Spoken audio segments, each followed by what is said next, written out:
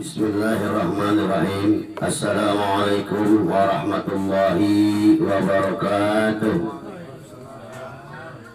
Alhamdulillah, wassalatu wassalamu ala rasulillah wa ala alihi wa sahbihi wa man tabi'ahu wa wala. Ashhadu an la ilaha illallah wahdahu la syarika lah wa ashhadu anna muhammadan abduhu wa rasuluh. Allahumma salli ala Sayyidina Muhammad wa ala alihi wa sahbihi ajma'in, amma ba'du. Radina billahi rabba wa bil islami dina wa bi Muhammadin nabiyya wa rasula. Rabbi jidna ilma warzuqna fahma. Rabbi sahli sadri wa yassir li amri wahlul 'uqdatam min lisani yafqahu qawli bi rahmatika ya arhamar rahimin. Pertama-tama kita ucapkan puji serta syukur kita kehadirat Allah Subhanahu wa Ta'ala. Malam ini kita bertemu lagi. Selama di bulan suci Ramadan kita istirahat. Alhamdulillah doa kita dikabul. Ada yang nggak dikabul doanya. Ya Allah, panjangkan umur kami ya Allah, sehingga kami bisa menemui Ramadan tahun yang akan datang. Belum sampai Ramadan udah meninggal.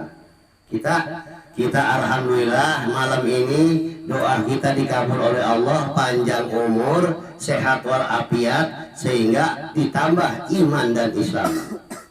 Walafiat dan iman dan Islam, sehingga kita bisa menghadiri lagi menuntut ilmu yang diwajibkan oleh Allah Subhanahu wa Ta'ala.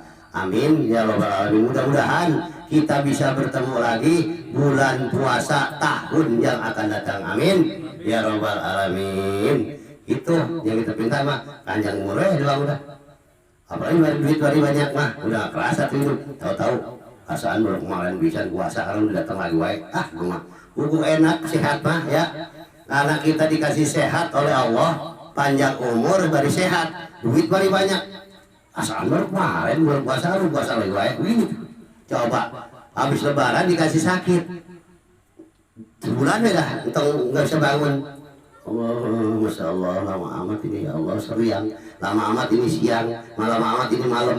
Masya Allah, nggak enak orang sakit mah. Makanya kita bersyukur. Syukurnya kita ini tanda-tanda syukur orang yang mau mengerjakan yang diwajibkan oleh Allah Subhanahu wa Ta'ala. Ini wajib ini. Tolabul ilmi paridotun ala kulli muslimin wal muslimat, wajib.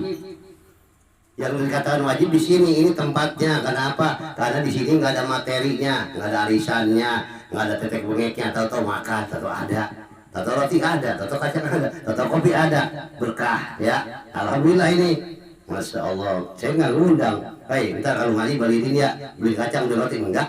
Tahu ada. Loh, ini namanya surga dunia. Masya Allah, berkah. Ya, mudahan selawat serta salam dicurah limpahkan kepada junjungan alam Nabi besar kita Muhammad Sallallahu Alaihi Wasallam. Saya kan bisa lebaran sakit, tapi sakit enak. Madang doyan, rokok masih doyan. Alhamdulillah. Walaupun itu perut bari sakit, bari mulus, bari keluar darah, tapi enak madang mah. Wah, iya sih. Dia jadi dikatakan sakit membawa nikmat. Ada wae. Ya, ada yang sakit membawa nikmat, gerugan wae. Malam siang, malam amat, walaupun jergot badannya, pada lemes, maka berak nggak bisa, makan udah nggak sedap. Nah itu dah, hati-hati dah. Kalau kita dikasih sakit, udah makan udah nggak nikmat, diambil tuh nikmat kita sama Allah, rezeki kita diambil dikit-dikit, nggak tahu mah mati. Tuh makanya kalau rasa-rasa udah romannya makan udah nggak sedap, mulut pahit, udah hati-hati dah tuh. Ya udah banyak istighfar ya. Ini alhamdulillah saya juga habis lebaran dikasih sakit, sakitnya bisa masih doyan rokok, masih doyan makan, enak semua dah sakit ini mah. Alhamdulillah saya terima sama Allah, mudah-mudahan mengurangi dosa-dosa saya, amin ya rabbal alamin. Kemarin bulan Ramadan kemarin sholat saya nggak bisa mengucapkan saya. Sekarang saya mohon dibukakan pintu maaf yang sebesar-besarnya selama saya setahun. Kemarin lebaran ada yang ketemu, ada yang kagak. Sekarang malam ini saya mohon dibukakan pintu maaf yang seluas-luas minal aidin wal faizin. Sebetulnya kata-kata minal aidin wal faizin itu Soekarno itu yang ngomong. Ya di sana nggak ada di Arab mah. Alhamdulillah itu Presiden Soekarno minal aidin wa faida mahalal bihalal, boleh dia itu ayatnya terjemah. Sampai sekarang dipakai itu, makanya mohon maaf lahir dan batin, mohon dimaafkan apabila ada kata-kata saya merasa menyinggung, kata-kata saya romannya menyakitkan, itu tidak sengaja karena apa adanya di sini. Jamaah sekalian yang saya hormati dan yang dimuliakan oleh Allah. Orang ngaji dimuliakan. Paling mulianya orang yang duduk di majlis ilmu. Orang sholat yang tunggang-tongeng belum tentu mulia. Apa? Karena sholat wudhunya nggak sempurna, bacaannya nggak sempurna, wudhunya sempurna, bacaan sempurna, airnya nggak sempurna. Tuh makanya banyak dosa-dosa yang tidak terasa. Makanya malam ini pembukaan pengajian yang istirahat di bulan suci Ramadan, saya membuka tentang itu, kita ulangin lagi wudhunya biar sempurna. Sebab apa? Sebab kalau sholat wudhunya nggak sempurna, termasuk sholatnya tidak diterima oleh Allah Subhanahu Wa Taala, jadi capek-capek doang. Gitu. Jadi di sini di dalam kitab Safinatun Najah saya buka tentang wudhu dah. Kenapa? Jadi ulangin lagi, kalau diulangin nanti lupa. Gitu. Sebab apa? Di sini bahwasanya paslun furudul wudhu sitatun ala walul aniyatul wasania guslul wajhis as-salisu goslul yadaini ma'al mirfaqain. Di sini fardu wudu ada 6, yaitu pertama niat. Jadi wudu itu yang penting niat. Bacaan mah misalnya Allahumma bayyid wajhi binurika yauma tubayyidu wujuhal ya. Kalau nggak belajar dari kecil mah romannya nggak apa ya, nggak apa-apa, jangan dipaksakan, udah tua mah. Yang penting niat. Saja aku niat mengambil wudhu menghilangkan hadas kecil, pardon Allah. Di mana itu niatnya? Bukan di pertama Rabbi a'udzubika min hamajati syaitin wa a'udzubika rabbi, bukan. Itu mah sunat. Pertama kita mengusir setan, itu Rabbi a'udzubika min hamajati, terus kocok tangan, sunat. Ya walaupun sunat juga dikerjakan, pahalanya biar bertambah. Kocok tangan itu adalah kanan dulu, digosok-gosok sama tangan kiri, tangan kanan makan kiri, lalu ke kumur walaupun itu sunat tapi ada tata caranya. Bagaimana cara ke kumur orang berwudu yang sempurna? Air sampai ke tenggorokan, begitu ya, jangan dibanggur doang. Supaya apa? Supaya kotor-kotoran yang ada di gigi kita terbuang oleh air. Jangan sampai di gigi kita masih ada makanan sedikit lalu ketelan, maka batal sholatnya. Ya, jadi mengambil wudhu itu yang sunat. Yang sunat juga harus kita kerjakan. Kerjakannya jangan asalan doang. Ya, iya, ingat iya, itu. Jadi jangan asal-asalan walaupun sunat, karena di mulut kita takut-takutnya habis makan tersisa mengganti kumur-kumurnya cuma asal begitu doang. Kumur-kumurnya sampai kemudian langsung dikeluarkan walaupun satu kali sah. Supaya apa? Jangan saya sampai membatalkan sholat kita. Tuh, yang pertama. Yang kedua, dan walaupun itu hidung itu sunat, habis kubur kan hidung ya, hidung sunat. Nah itu masih sunat tuh, belum baca. Jadi awalnya kita wudhu bismillahirrahmanirrahim, Rabbi a'udzubika min hamajati syaitin wa a'udzubika, kalau nggak bisa Rabbi a'udzubika min hamajati syaitin wa a'udzubika Rabbi akhirun, kagak bisa juga. Orang nggak belajar dari kecil ya nggak belajar. Tapi ini saya anggap belajar semua ini mah ya, alhamdulillah bisa semua. Rabbi a'udzubika min hamajati syaitin wa a'udzubika, itu waktu masih kecil tuh. Dulu saya masih kecil gituin waktu ngaji. Kalau nggak belajar jangan dipikirin. Yang penting a'udzubillahi minasyaitonirrajim, bismillahirrahmanirrahim. Kocok tangan, bismillahirrahmanirrahim. Bismillahirrahmanirrahim. Hidung. Terus hidung bagaimana yang sempurna? Hidung bukan dikobel-kobel doang, air diamas, bukan. Ambil air dihirup. Hirupnya boleh sampai ke ini. Kalau sampai ke otak kita sampai pusing itu lebih bagus. Untuk mengobati penyakit yang ada di kepala kita. Disedot, bukan dikobel. Ini ambil air dimasukkan, bukan. Disedot. Loh, disedot sedikit, keluarkan lagi. Sekali juga nggak apa-apa. 3 kali lebih bagus, karena abdolnya 3 kali. Oh ingetin, dia ambil wudhu sempurna, walaupun sunat juga jangan asal-asalan. Nah setelah hidung ingetin, setelah kita hidung itu ingetin, itu yang wajib. Nah itu di situ niatnya. Nawa itu rob ali hadasil asgori, pardo lilataya laku niat menghilangkan hadas kecil, baru langsung ke muka. Nah itu wajib di situ kalau niat itu. Mulai niat kita mengambil air untuk membasuh muka. Muka bagaimana cara membukanya?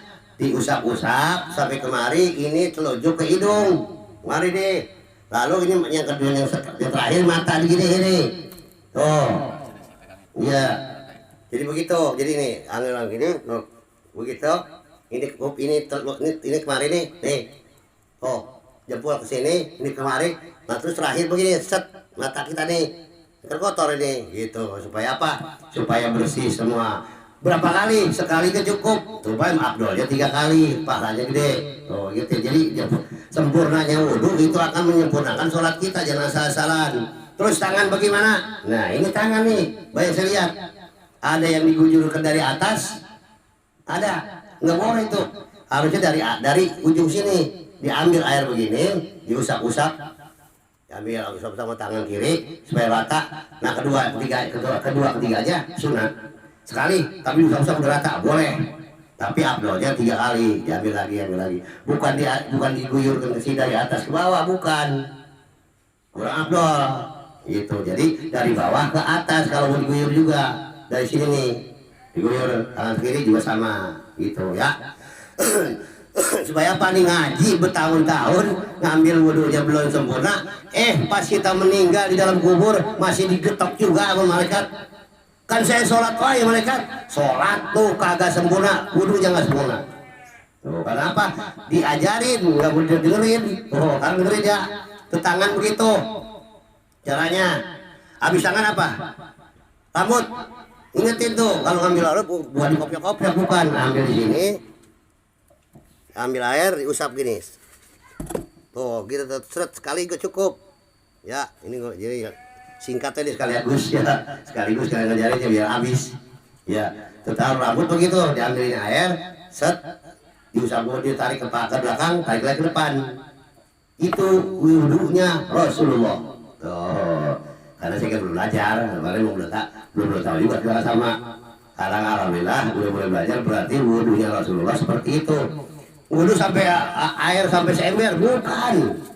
Wudhu itu 1 gelas aqua juga bisa cukup. 1 gelas satu botol aqua yang setengah liter ya, itu cukup. Kenapa? Karena bukan kayak kita digubur-guburkan gitu. Sebab apa? Di situ ada larangannya. Apabila air kita mesin air kita yang bayar, pam kita yang bayar, itu air kita namanya, itu masih makruh, dibenci sama Allah. Jadi kalau ngambil wudhu airnya semua maunya digrojokan, itu makruh, itu air kita. Bagaimana kalau air wakaf, air masjid, yang bayar siapa? Itu bisa jadi haram kalau kita digrojok, dibuka kran semua. Itu di keterangan saya baca.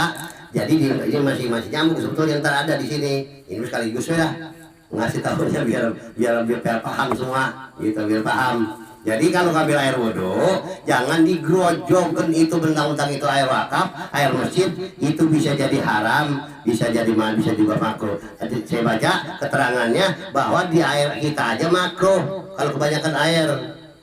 Karena Rasulullah itu ngambil airnya 1 gelas juga bisa cukup, 1 botol itu sedikit-sedikit diusap. Tuh, jadi biar sempurna. Jangan sampai kita sholat rajin, pas begitu ilmunya nggak ada, ngaji kagak, nanya kagak, ya udah. Sholat kita sampai di mana? Rajin, supaya nggak pernah tinggal. Ngambil wudhu nggak sampai sikut acan. Jangan sampai sikut kita nggak sampai ke basuh. Kalau tangan panjang, kalau ribet buka dah. Biar itu aja dah. Asal pusarnya kelihatan, gitu. Kalau di rumah nggak apa-apa, di rumah malah. Jadi di dalam rumah sendiri mah. Kalau di masjid kita tangan panjang ribet, buka baju biar enggak, perut tutupin itu besar, gitu. Jangan supaya apa? Supaya kita wudhu kita sempurna, gitu. Tadi sampai di mana tuh? Sampai di rambut. Setelah rambut apa? Tangan udah. Ya sampai begitu tuh, jadi sampai sikut. Jangan sampai nggak ngebasuh nih sikutnya. Jadi tidak dianggap orang wudhu di sini. Makanya di sini banyak keterangannya sebetulnya. Makanya saya masih singkat aja biar jelas ya. Kalau saya baca keterangannya lama. Tuh bahwa setelah kita embun-embunan, ya embun-embunan ya rambut dah. Kan kuping tuh, kuping kan sunat. Kalau kita buru-buru nggak apa-apa. Kalau kita udah tahu ketinggalan mah, sunat kan pakai nggak apa-apa, sunat. Tapi kerjakan, karena itu ada perintahnya. Walaupun sunat ya kuping, habis ini kuping ya. Tapi ini kuping ini caranya gimana? Yang penting ini masuk nih satu nih, air ambil dikit, masuk kurek nih. Tuh kemarin tuh. Oh biar basah semua. Karena nanti ada pertanggung jawab di kuping. Jangan sembarangan nih kuping. Jangan sembarangan ini kuping, mentang-mentang ini kuping nggak dipelihara. Nanti ada pertanggung jawabnya di akhirat, dirojok sama besi yang panas. Cus. Buat siapa itu? Ayo. Buat orang-orang yang orang menghibah didengerin. Emang iya deh mah. Itu iya didengerin. Kan si dopai biar gitu orangnya PA kata si dede. Emang iya dia mah. Tuh dengerin, jadi orang menghibah didengerin, kupingnya nanti ditusuk sama apa tuh, sama besi yang panas tembus. Tuh. Bagaimana supaya nggak begitu? Ya makanya ada doanya di sini. Ngambil kalau nggak bisa bismillah lah. Yang penting kita basuh supaya apa, jangan sampai tupik ini nanti ada hisabnya di kuping. Semua yang ada di tubuh kita ini ada hisabnya. Mata apa lagi? Sedang yang di pinggir jalan, kalau lagi bengkel lagi sepi ya. Sepi duduk di bangku itu orang yang pakai paha doang. Ya udah yang ketat dilihatin deh. Itu mata ada pertanggungjawabannya, kuping ada pertanggungjawabannya, hidung juga ada, mulut apalagi. Nah, makanya bisa rontok dengan kita berwudu. Dosa-dosa kita akan rontok dengan air dibawa oleh air membasuh muka kita.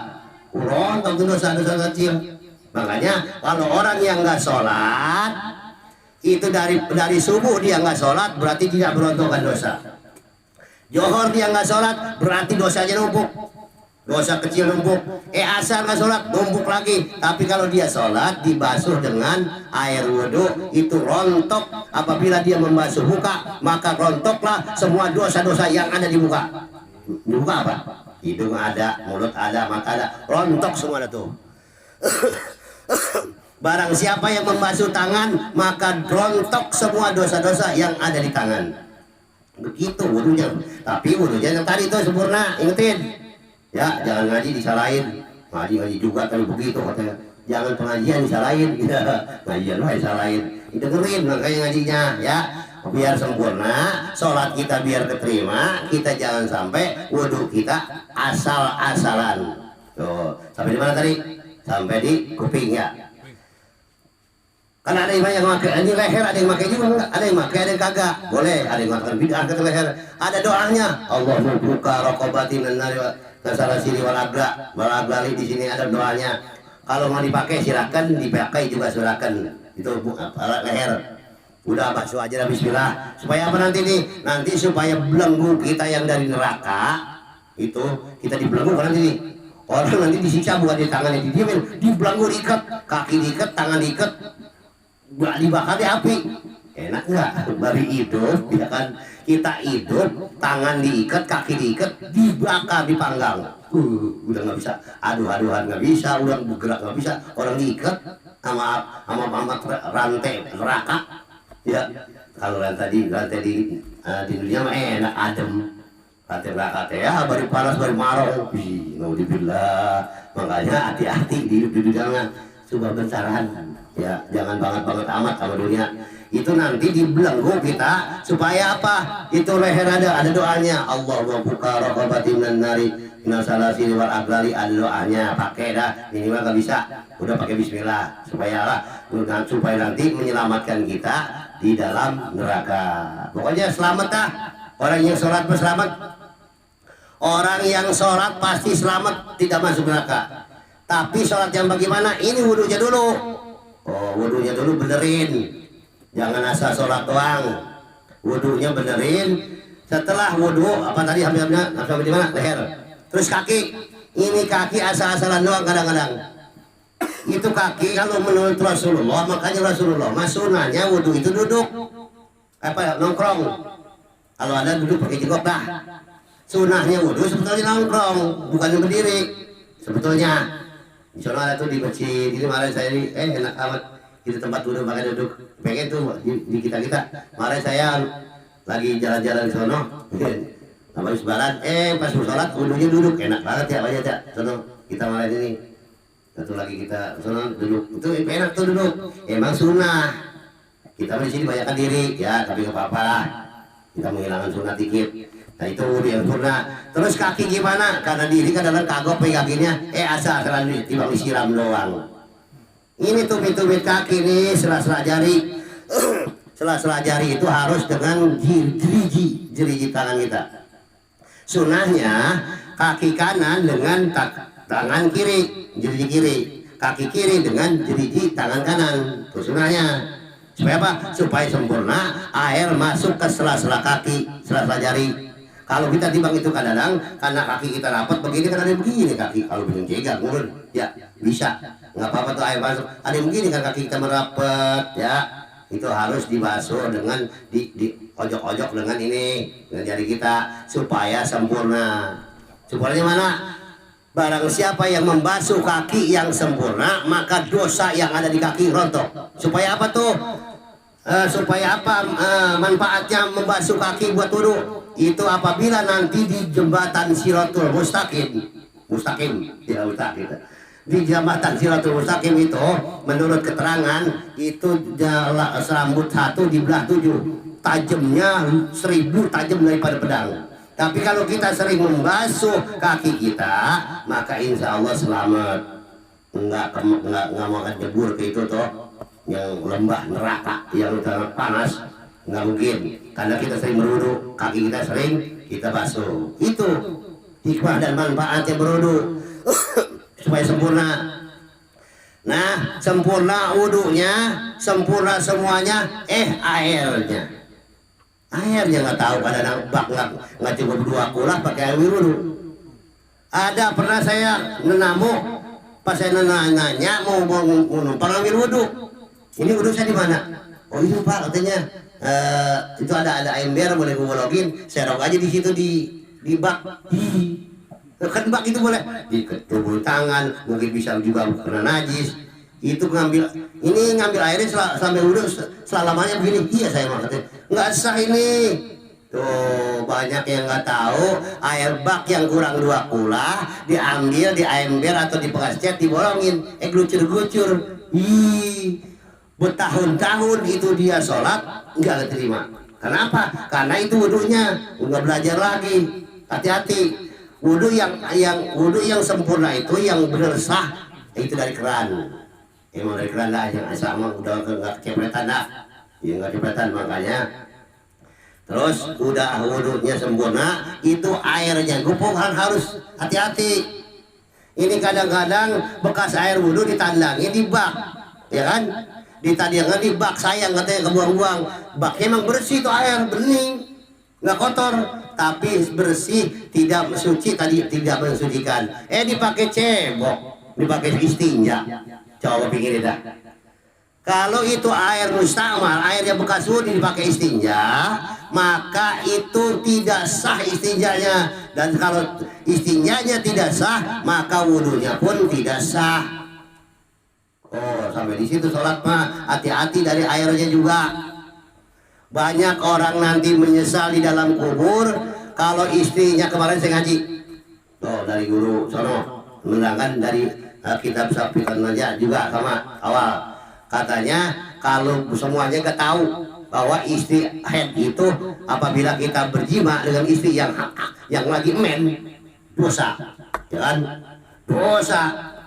Istri lagi main dihajar juga itu rakus namanya dosa besar kan udah kering dirinya udah kering udah kamen lagi mandinya niatnya kagak bisa niatnya bisa airnya bak yang nggak tertutup sekolah dari situ kan mencrot lagi ke situ ke bak itu baknya kurang dari 2 kula kan nggak sah. Sama juga itu terus junub nggak sah, sholatnya nggak diterima, semuanya nggak terima. Gara-gara apa? Gara-gara bini kita head nggak belajar, niatnya kurang sempurna, airnya pun tidak sempurna, terus jatuh nggak diterima. Sholat yang nggak terima, wudhu nggak terima. Kenapa? Dari junubnya kagak sempurna. Makanya enak banget kalau orang ngaji mah belajar nggak bisa nanya gitu.